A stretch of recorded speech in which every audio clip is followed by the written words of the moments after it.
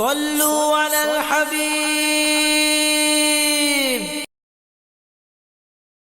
حضرت بلال کو مارنا نہ پڑی، 2 دن مار نہ کھائی، تو تیسرے دن امیہ داخل ہوا تو کہنے لگے احد احد احد۔ اس نے پھر پکڑ لیا درہ، پھر اٹھایا کوڑا، پھر لگا مارنے۔ جناب حضرت بلال حبشی رضی اللہ تعالیٰ عنہ کو مار پڑ رہی ہے، جناب صدیق اکبر گزرے، کہا بلال تجھے منع کیا تھا، تو پھر شروع ہو گیا ہے۔ کہا حضور آہستہ ذکر کرنے میں مزہ ہی نہیں آتا، یہ مجھے مارتے نہیں، کسی کو کیا پتہ چلے گا کہ بلال پہ سختیاں ہو رہی ہیں۔ حضرت بلال حبشی، اب سیدنا صدیق اکبر فرماتے ہیں کہ رسول پاک گزرتے، فرماتے ہیں پھر اس کو توڑتے، اس کے اندر سے وہ گھٹلیاں اٹھار کے حضور ایک سائیڈ پہ کرتے، وہ نرم کھجور رسول جب میری طرف بڑھاتے۔ حضرت بلال فرماتے ہیں بھوک تو بڑی تھی، لیکن آج بھوک ساری بھول گئی تھی۔ آج مجھے یوں لگتا تھا جیسے میں زمین پہ نہیں عرش کی بلندیوں پہ بیٹھا ہوا ہوں۔ آج لگتا تھا کائنات کی ساری نعمتیں، ساری رحمتیں، سارا کرم، ساری عطا، سارا فضل، ساری عنایتیں میری جھولی میں گھر گئی ہیں۔ فرماتے ہیں رسول پاک صلی اللہ تعالیٰ علیہ وآلہ وسلم نے مجھے بڑے محبت سے بٹھایا، حضور علیہ السلام نے محبت سے کھلایا، دودھ پلایا۔ فرماتے ہیں بڑا پیار کر کے نا، تو جناب سیدنا صدیق اکبر نے کہا حضور بلال کی ڈیوٹی کیا ہوگی؟ حضور بلال کی ڈیوٹی کیا ہوگی؟ حضرت بلال کہنے لگے حضور میں فارغ رہنے کا تو عادی نہیں، میں تو جفا کا آدمی ہوں، محنت کرنے والا، ڈیوٹی کیا ہوگی؟ رسول پاک نے فرمایا بلال یہ میرا گھر ہے، آج کے بعد میرا نہیں یہ تیرا گھر ہے۔ فرمایا میں مصروف ہوتا ہوں تبلیغ کے کاموں میں، گھر کیا لانا ہے وہ تیری ذمہ داری ہے، کہاں سے لانا ہے وہ بھی تیری ذمہ داری ہے، پیسے کہاں سے آئیں گے میں تجھے بتلاؤں گا، کہاں لگانے ہیں تجھے ایک دفعہ بتاؤں گا، پھر تو لایا کرے گا، تو ہی لگایا کرے گا۔ فرمایا میرا پرسنل سیکرٹری بن کے رہے گا، تو خاص مقام تجھے دیا جائے گا۔ حضرت سیدنا بلال حبشی رضی اللہ تعالیٰ عنہ کو رسول اکرم صلی اللہ تعالیٰ علیہ وسلم نے اس کام پر مقرر فرما دیا۔ اب دیکھیے حضرت بلال رضی اللہ تعالیٰ عنہ جب در مصطفیٰ صلی اللہ تعالیٰ علیہ وسلم پر پہنچ جاتے ہیں، اور پہنچنے کے بعد کیا مسئلہ ہے جی، کیوں نہیں چل رہا؟ درود پاک پڑھیے الصلاۃ والسلام علیک کی گل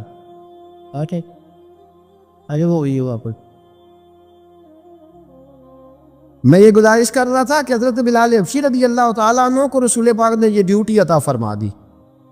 اب پتہ کیا ہوتا، حضرت پردے کی آیتیں تو بھی آئی نہیں تھی، حضرت بلال رضی اللہ تعالیٰ عنہ رسول پاک کے ساتھ نکلتے تبلیغ کے لیے، کسی کام کے لیے، سودا سب لاتے بازار سے۔ یہ مکے کے دنوں کی بات ہے، مکے کے دنوں کی سودا سلب بازار سے لاتے۔ اب 4 بیٹیاں تھیں حضرت خدیجہ الکبریٰ کی، گھر کے کام کاج ہوتے تھے، جب ذرا فارغ ہوتے دروازے پر دستک دیتے، حضرت خدیجہ فرماتی بلال تو آ گیا ہے، وہ دستک سے پہچانتی ہے کہ بلال کے دستک ہے، بلال آ گیا۔ کہا اماں جی میں سارے کام کاج باہر کے ختم کر آیا ہوں، گھر کا کوئی کام ہے تو ذرا مجھے بتاؤ۔ آپ فرماتی گھر کے کام ہے پر میں کر رہی ہوں۔ اب حضرت بلال گلنا شروع کرتے، یہ ہے محبت۔ آج اگر ہم کہیں خادم ہو بھی نہ تو بہانے ڈھونڈتے پھرتے ہیں فارغ ہونے کے۔ حضرت بلال فرماتے آپ نے چکی پیس لی ہے، گھر میں جھاڑو دے لیا ہے، بچوں کے لیے دودھ آ گیا ہے، بکریوں کا دودھ دھو لیا گیا ہے، ایک ایک کام پوچھتے ہیں۔ حضرت خدیجہ الکبریٰ فرماتی یہ بھی ہو گیا، یہ بھی ہو گیا، چکی رہ گئی ہے پیسنے والی۔ فرماتے ذرا دروازہ کھول دو میں پیس ڈالتا ہوں۔ حضرت بلال گھر کی چکی پیستے، گھر کے کام کاج کرتے۔ ایک دن نہ دار ارقم میں رسول پاک تھے تو باہر سے کچھ شورش ہوئی، حضرت بلال حبشی کہنے لگے حضور ایک نیزہ نہیں منگوا دیتے مجھے؟ ایک نیزہ۔ ساری دنیا حضرت بلال کو مؤذن رسول سمجھتی ہے اور ہیں بھی، لیکن حضرت بلال سب سے پہلے نیزہ بردار بھی ہیں۔ سب سے پہلے نبی پاک کی حفاظت کے لیے نیزہ جس شخص نے اٹھایا ہے، تلوار اٹھانے والے اور ہیں، جان قربان، نیزہ سب سے پہلے حضرت بلال۔ کہا حضور ایک نیزہ نہیں منگوا دیتے؟ بلال کیا کرنا ہے؟ کہا یا رسول اللہ یہ کاور ہلکی پھلکی شرارت کرتے رہتے، ذرا میرے ہاتھ میں نیزہ ہوگا نا تو قریب کوئی نہیں آئے گا۔ یہ کرتے رہتے ہیں نا ہلکی پھلکی شرارت، باز نہیں آتے، نیزہ دے دیں گے نا تو قریب کوئی نہیں آئے گا۔ اب رسول پاک نے نیزہ دے دیا، منگوا دیا۔ اب حضرت بلال کے ہاتھ میں نیزہ ہوتا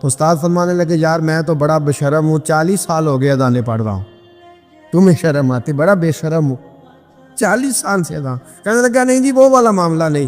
فرمانے لگے یار گالی نکالتے وقت شرم آنی چاہیے، کسی کو برے لفظوں سے یاد کرتے وقت، کسی کا گلہ کرتے وقت، غیبت کرتے وقت، چغلی کرتے وقت، جھوٹ بولتے وقت، دغا اور فریب اور فراڈ کرتے وقت شرم آنی چاہیے، تجھے اذان دیتے وقت شرم آ رہی ہے۔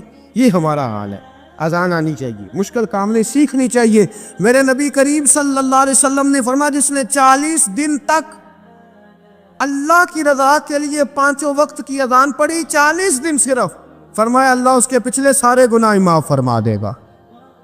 اور فرمایا قیامت کے دن سب سے لمبی گردنیں مؤذنوں کی ہوں گی، اذان دینے والوں کی گردنیں اور قد لمبے ہوں گے۔ یا رسول اللہ پھر؟ فرمایا وہ لائن بنا کے جنت میں جائیں گے۔ فرمایا جب مؤذن جنت میں جا رہے ہوں گے تو سب سے آگے آگے میرا بلال ہوگا، سب سے آگے آگے مؤذنوں کا قائد اور لیڈر میرا بلال ہوگا، حضرت بلال حبشی رضی اللہ تعالیٰ عنہ۔ اب اذان کوئی کہنے لگا یہ کرے، کوئی کہنے لگا وہ کرے۔ اب حضرت عمر خواب دیکھتے ہیں، کوئی اذان پڑھ رہا، عبداللہ ابن زید خواب دیکھتے ہیں، کوئی اذان پڑھ رہا۔ اب جب یہ آئے آ کے سویرے حضور کو خوابیں سنائیں، حضور اس طرح سے اذان پڑھی ہے۔ فرمایا جس طرح کی تمہاری خواب ہے نا، اسی طرح میرے اللہ کی رضا بھی ہے۔ حضور اذان پڑھے گا کون؟ فرمایا بلال پڑھے گا۔ حضرت بلال کی آواز میں لکنت تھی، اشہد نہیں کہتے تھے، اسہد کہتے تھے، لکنت تھی۔ حضور نے فرمایا بلال کا اسہد بھی اللہ اشہد بنا کے قبول فرماتا ہے۔ لوگوں نے کہا حضور بلال اذان پڑھے گا؟ حضور نے فرمایا انشاءاللہ یہی پڑھے گا۔ حضور نے حضرت بلال کو اب اصحاب صوفہ میں پڑھتے بھی تھے، باقاعدہ علم بھی حاصل کرتے تھے، نبی پاک کے پاس تعلیم حاصل کرتے تھے حضرت بلال حبشی۔ اب حضور نے فرمایا بلال یہ اذان کے لفظ ہے تو اذان پڑھا کرے گا۔ جناب بلال حبشی کو اذان سکھا دی، اور رسول پاک صلی اللہ تعالی وسلم نے فرمایا چڑھ جا مسجد نبوی کے ساتھ مینارے پہ، چڑھ جا ایک کونے پہ چڑھ کے اذان پڑھ۔ اب حضرت بلال حبشی رضی اللہ تعالیٰ عنہ نے سب سے پہلی اذان تاریخ میں پڑھی، سب سے پہلی اذان 2 مرتبہ۔ حضرت بلال اذان نہیں پڑھ سکے جب تک رسول پاک موجود ہے، 2 مرتبہ۔ ایک مرتبہ تو مدینہ منورہ میں کسی وجہ سے حضرت بلال اذان نہ دے سکے، ایک مرتبہ تبوک سے واپسی پہ سو گئے۔ حضور نے فرمایا بلال تیری ڈیوٹی ہے ہمیں جگانے کی، حضرت بلال خود بھی سو گئے۔ سویرے جب اچھی طرح سے سورج چمکا تو رسول پاک کی آنکھ کھلی، حضرت بلال کو حضور نے آواز دی، جناب بلال چونک کے اٹھے، فرمایا تجھے کہا تھا جگانا ہے؟ یا رسول اللہ ساری رات جاگتا رہا، جب جاگنے کا ٹائم آیا تو سو گیا۔ میں نے کہا میں ذرا کمر سیدھی کر لوں، حضور بس لیٹا ہی ہوں تو آنکھ لگ گئی، ایک لگائی ہے بس میں نے، پتھر کے ساتھ آنکھ لگ گئی۔ حضور نے فرمایا چلو پڑھو اذان۔ حضرت بلال نے اذان پڑھی اور سورج چمکتے میں رسول پاک نے نماز ادا فرمائی۔ عزیز دوستو حضرت بلال حبشی نے ہمیشہ اذان پڑھی، ہمیشہ۔ نبی کریم صلی اللہ تعالیٰ علیہ وسلم کے صحابہ ایک دن حضرت بلال سے کہنے لگے بلال تو ساری زندگی اذان پڑھتا رہا، مزہ کب آیا اذان پڑھنے کا؟ مزہ کب آیا؟ حضرت بلال کہنے لگے ایک اس دن جس دن مجھے حضور نے اذان سکھائی تھی، بڑا لطف آیا تھا حضور سے اذان سیکھنے کا، اور فرمایا ایک اس دن مجھے مزہ آیا جب میں نے کعبے کی چھت پہ کھڑے ہو کے اذان پڑھی ہے۔ حضرت بلال فرماتے ہیں سارے کافر زمین پہ کھڑے تھے گردنیں جھکائے، اور میرے مصطفیٰ کریم جب کسوا نامی اونٹنی پہ بیٹھے تھے نا اور میں اذان دے رہا تھا تو میں آج بڑا راضی تھا، میں کہہ رہا تھا یا اللہ کیا بات ہے، آج تو نے میرے حبیب کو کتنی عزتوں سے نوازا ہے۔ ایک ہے گھر کے کام کاج کرنا، اور میں پہلے بھی حدیث سنا چکا، حضرت بلال حبشی خود بخود لوگوں سے قرضہ لے لیتے تھے، حضور کو تکلیف ہی نہیں، بخاری مسلم بتاتی ہے خود بخود قرضے لے لیتے تھے، خود بخود نبی پاک کو تکلیف ہی نہیں دیتے تھے، کام کاج ہے، مہمان آ جا رہے ہیں ان کی خدمت کر دی ہے، بلال نے خود ہی قرضہ اٹھا لیا، قرضہ اٹھا کے خود بخود حضرت بلال سودا لے آئے، سودا لا کے جناب بلال نے پکا دیا۔ ایک دن ایسا بھی آیا بخاری شریف کے لفظ ہیں کہ جن کے قرضے دینے تھے وہ کہنے لگے بلال سے میرے قرضہ دو ورنہ تجھے لے جائیں گے، بکریاں چرانی پڑیں گے۔ حضرت بلال حبشی رضی اللہ تعالیٰ انہوں نے حضور کی خدمت میں عرض کی، کہا اگر کوئی بندوبست ہو گیا تو ٹھیک ہے ورنہ میں تو سویرے بھاگ جاؤں گا، میں شام چلا جاؤں گا، پیسے آ گئے تو مجھے پیغام بھیجنا آ جاؤں گا۔ سویرے فجر سے پہلے حضور نے پیغام بھیج دیا، فرمایا بلال تیری مدد کے لیے اللہ نے 3 اونٹنیاں سامان کی بھیج دی ہیں، حضرت بلال حبشی رضی اللہ تعالیٰ عنہ نے سارا گھر کا کام کاج خود سے سنبھال لیا تھا. ایک دن غائب ہو گئے حضرت بلال اذان دے کے, فجر کی اذان دے کے. ایک دن فجر کی اذان دے کے غائب نہیں ہونا چاہیے. کیا خیال ہے آپ کا؟